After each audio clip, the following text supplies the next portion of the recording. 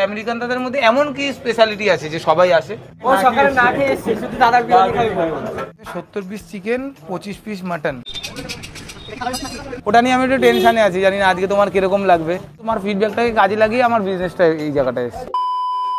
তো কি বং খায়নি সব ভালো, তো ভালো থাকতে হবে কারণ তোমরা বিএসএফ ফাইনালিস্ট। তো ভাই আজকে ভিডিওটা শুরু করছি আমি পুরো অশোক স্টেশনের উপর থেকে।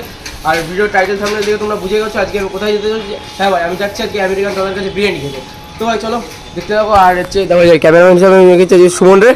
তো ভাই এখান থেকে যাবো এখন আমেরিকান দাদার দোকানে। তো তখন আমাদের ওয়েট করতে হবে যে তপু আর তপুর সঙ্গে দুটো বন্ধু আসছে। তপুর তাই তো কে কে আসছে তপুর সঙ্গে? না ভাই, তপুর সঙ্গে দুটো ভাই আসছে। তপুর জিৎ আসছে আর কে আসছে জানি না। তো ভাই তো চলো ওদের অপেক্ষা করি, ওরা আসলে তারপর এখান থেকে বেরোবো। তো ভাই ফাইনালি কিন্তু চলে এসেছি আমরা আমেরিকান দাদার বিরিয়ানির দোকানের সামনে।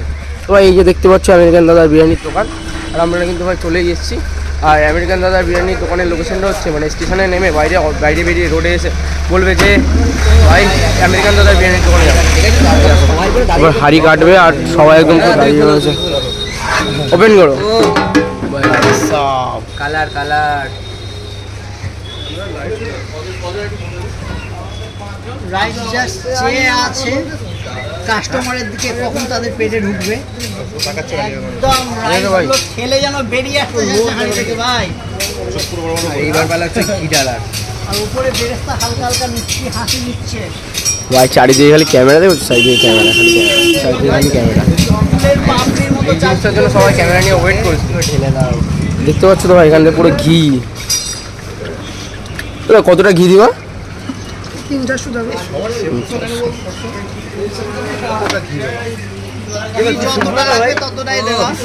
কি বলছিস তুই? ফুটবলার না কেন? ফুটবলার না হলে জিজ্ঞাসা করা যাবে না?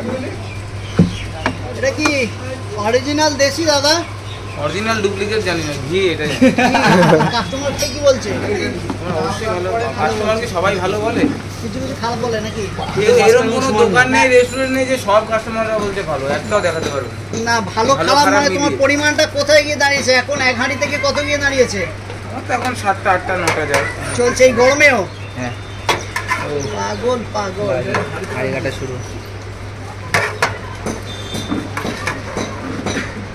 এক হাঁড়ি থেকে 100 প্লেট হয়ে যাবে? 90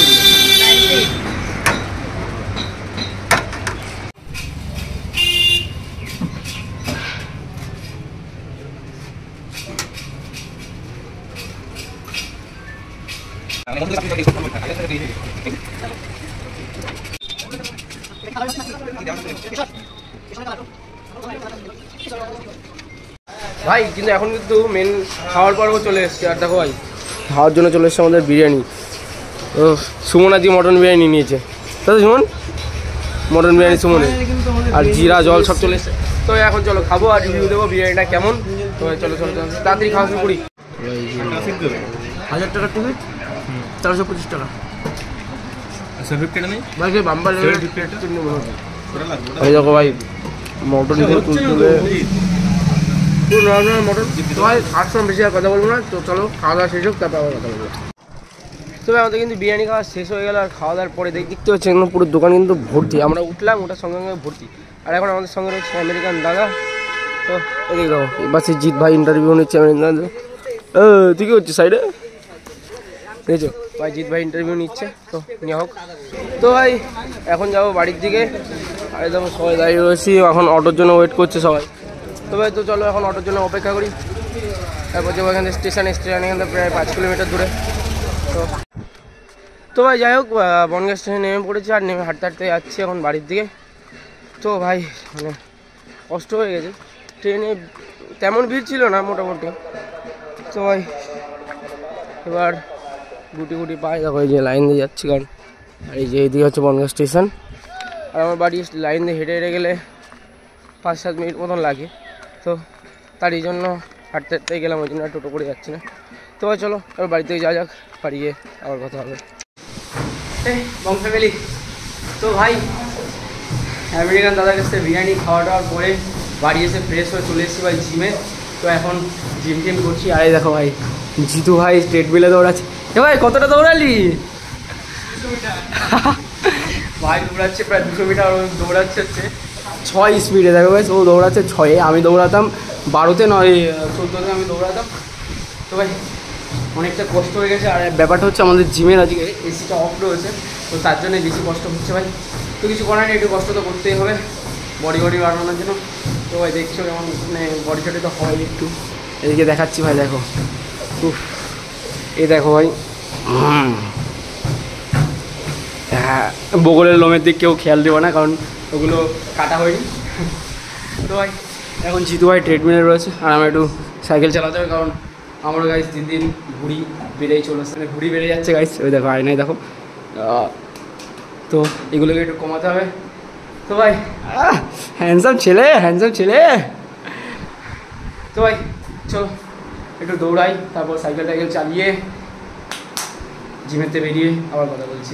তো ভাই জিম কমপ্লিট করার পরে এসেছি একটা ক্যাফেতে। তো ক্যাফেতে এই ভদ্রলোক জিম করার পরে এসছে চিকেন পকোড়া খেতে।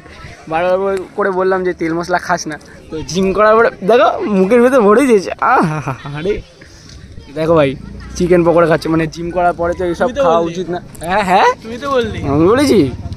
আমি বসে দেখো ভাই, আমি জল নিচ্ছি বাড়িতে, শুধু বসে বসে আমি জল খাচ্ছি, আর এই ভদ্রলোক চিকেন পকোড়া খাচ্ছে। ছি। তো ভাই এই ক্যাফেটা দেখি কত সুন্দর ক্যাফে গাইস, গাছের মাথায় লাইটটা লাগাইছে।